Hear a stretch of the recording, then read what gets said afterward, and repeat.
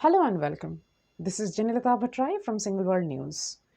Some 80% of the population, more than a billion people, have been infected since China scrapped restrictions in December, according to leading epidemiologist Wu Zunyou.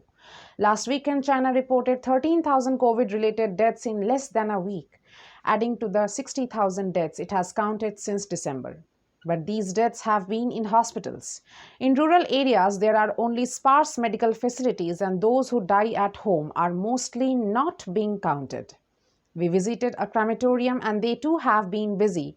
Mourners dressed in white walking forward carrying the ceremonial box which would eventually contain the remains of a loved one. Standing in front of a tent in the courtyard where a woman's body was covered up, the man explained that on the day of the funeral, 16 people would carry her coffin and bury her in accordance with tradition.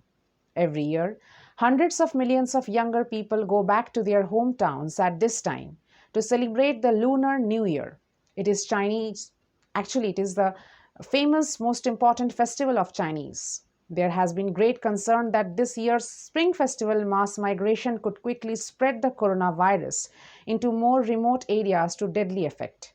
The government warned those in the cities not to go home this year if their elderly relatives had not yet been infected. Dr. Dong Yongming, who operates a very small village clinic, thinks at least 80% of in terms of managing the medicine they had as COVID hit the village. Dr. Dong said they would not sell medicine to people beyond their needs. Those who die in this region are buried in the fields.